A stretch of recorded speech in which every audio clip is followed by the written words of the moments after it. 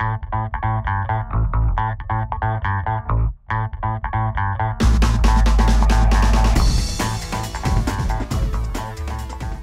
morning, Eagle Valley. I'm your anchor, Alondra Escobar. And I am your co-anchor, Xochitl Senor. In recent months, the students of Eagle County have been in the works of preparing to host their own TEDx event. For more about how the students in the county prepare for TEDx, we go to our reporter, Ryan Boki. So many great speakers with even better ideas at this school, TEDx Youth proposes a great opportunity to share their story and passions. With most students unaware of the program, we spoke to some of the participants about exactly what TEDx Youth is.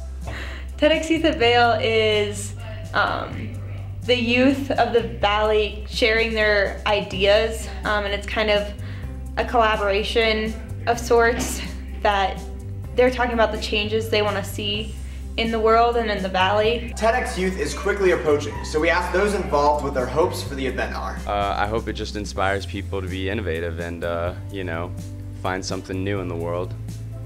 I hope that everyone comes, really takes to heart what the speakers have said, because I know that they've spent a lot of time and work coming up with exactly how they want to present their ideas so that they're most impactful. So I just hope that it's not a one-time come and go thing and that they actually take to heart. There are bound to be some barriers to overcome with any large event. But even with all of these struggles, everyone came together to accomplish great tasks. But it's been a struggle because of the time. It's been very short, and we weren't able to complete and execute a lot of our ideas, so that was frustrating, but it'll be great no matter what.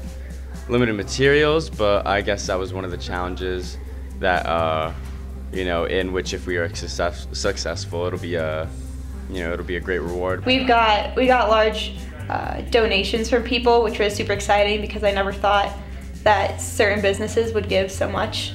But they did. Other successes other than that is the fact that we do have this event going, and that, us as a youth community, with limited adult mentors have been able to do this solely on our own. So, being put into such diverse situations, the group sees importance in sharing what they learn.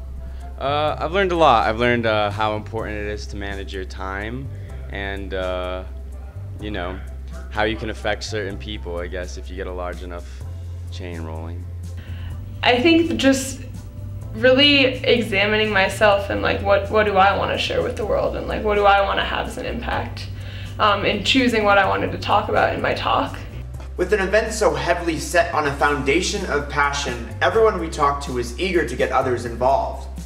I encourage them to do it. It's a new experiences, and it's important to push yourself to do new things and get out of your comfort zone.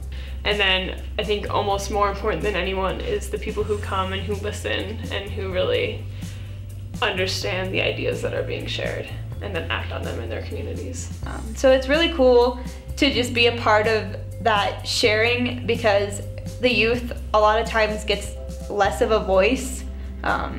Because we're younger and we're kids and we don't know what we're talking about. And so being able to have an event where the youth can come and be like, hey, these are our ideas, and have the youth there listening to them, like a communal spot of inspiration, is pretty cool. So come be a part of TEDx Youth at Battle Mountain High School on Saturday from 4:30 p.m. to 7 p.m. Hope to see you there. This has been Ryan Boki, back to you at the studio. Wow, so much goes into putting on one of these events. Make sure to register online for free if you would like to see the hard work all these students put into this event. Now for a quick break.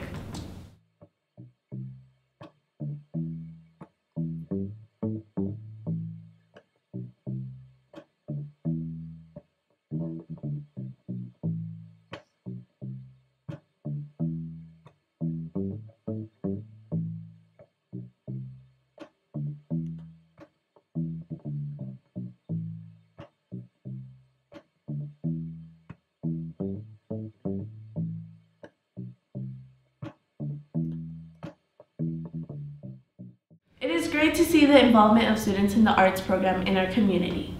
You know where I don't see a lot of involvement of female students? In STEM programs. That is true. Why is that? Well, for more information about women in STEM, we go to our reporter, Avery Doan. The recent celebration of International Women's Day has brought up a lot of questions about the role of women in the workforce, particularly in science, technology, engineering, and mathematics-related fields, or STEM, where participation is at a low 29%. But does this disparity apply at Eagle Valley? We decided to find out. Yes, I do think that there is an obvious gap in the men versus women doing things in STEM or STEM related. If you compare males and females anywhere, not just at Eagle Valley, I think there's a drive to increase that, the number of women who are doing things in STEM, but there's definitely a gap.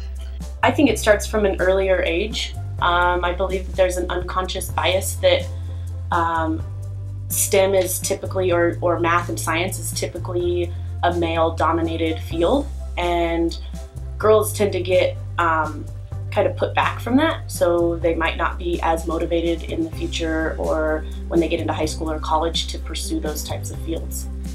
The issue isn't related to a lack of access. American women are equal to men in literacy rates as well as enrollment in primary, secondary, and tertiary education. And in fields like life science and social science, women are equally represented and are even the majority. The problem lies in the chemistry and engineering fields where participation is as low as 11%.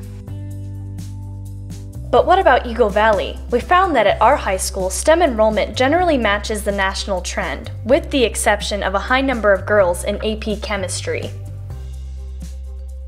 Employers and higher education institutions think that this gap should be closed, but why does the absence of women in STEM matter? To find out, I talked to Jessica Wellahan, an admissions rep at Colorado School of Mines.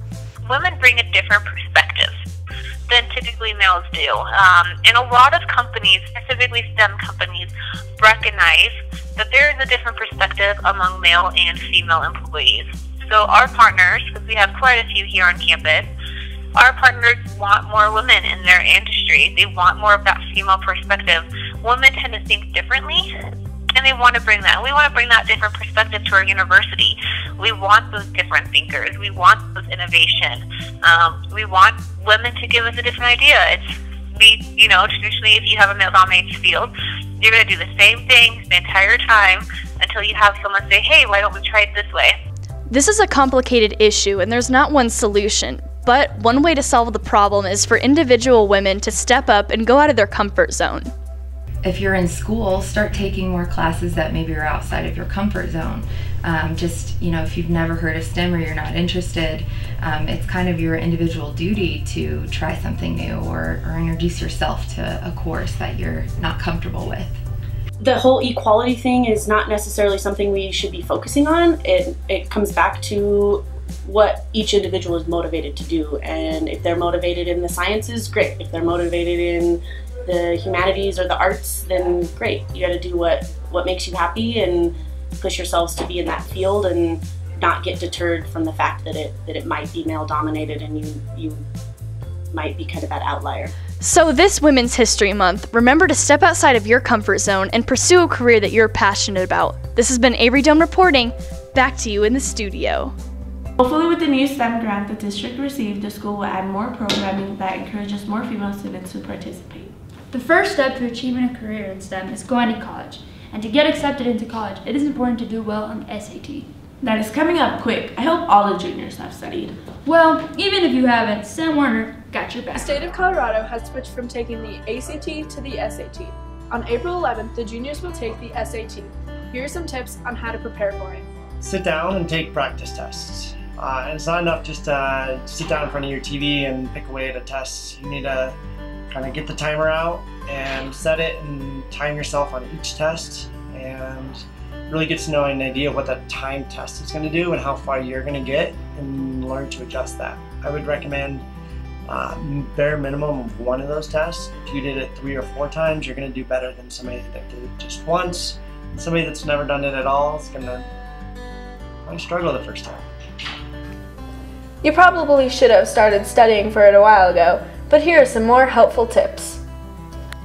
Tip number 1. If you go online and go to the website College Readiness and search SAT practice tests, you should find some great practice tests to help you out. Tip number 2. It's going to be a long day, so make sure you eat a good breakfast and sleep well the night before. Tip number 3. Bring a healthy snack because you definitely are going to get hungry. And last, don't forget to take a water bottle so you aren't dehydrated during the day. Good luck to all the juniors taking the test in 2 weeks. Back to you in the studio. I'll take those tips into the PSAT with me. I wish we had some tips for Chuy to succeed in this week's Chuy Challenge. Hello, my name is Jesus Terrazas. This week for the Chuy Challenge, we're going to do field. Today we have quite an event. We're going to do long jump and shot put. For long jump, I'm going to be facing Tegan and Ronnie. And for shot put, I'm going to be facing class of 2020 very own Jackson. Here we go.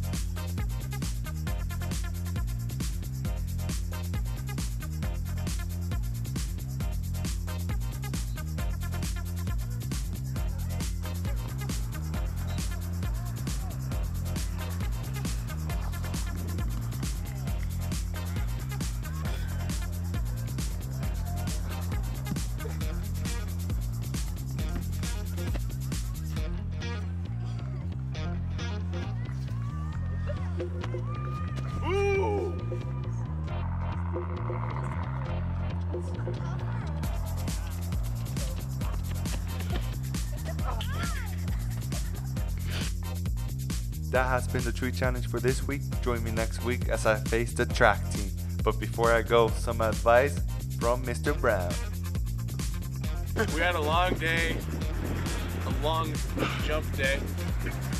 I saw you go over some hurdles, and I gotta give you some advice. Okay? If you want to run faster, run faster.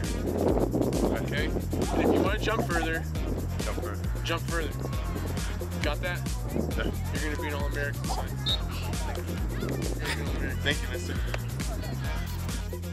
Back to you in the studio.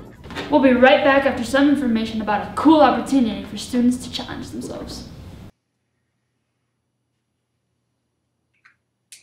What's wrong, little Timmy? Oh, nothing really, mysterious voice. I just wish I could start pursuing to be a filmmaker right now. Well, guess what, little Timmy? What? You're in luck. The dareDEVIL Film Festival is coming up. It's an opportunity where you and up to 6 friends on April 13th and 14th will have 24 hours to make a short film on a theme to be announced on the 13th. It's a great chance to make a miraculous film of your choice. No way! What's the catch? There's no catch here, except a small price of $10 for each crew member to participate. All proceeds go to benefit Eagle Valley Student Media. Fees are due to Ms. Shapiro, and make sure to sign up and pay by April 5th. Each day during lunch, there will be a sign-up sheet in the cafeteria. All films will premiere at the film festival on April 14th, open to the whole school. My golly goodness, thanks, Mr. Mysterious Voice. I'll sign up at once. No, thank you, Timmy, for supporting Eagle Valley Student Media. The dareDEVIL Film Festival. Are you up for the challenge? Do you dare? All the proceeds from this event go to benefit Eagle Valley Student Media's productions and publications. Well, that's all we have for you this week. See you next week on EVTV.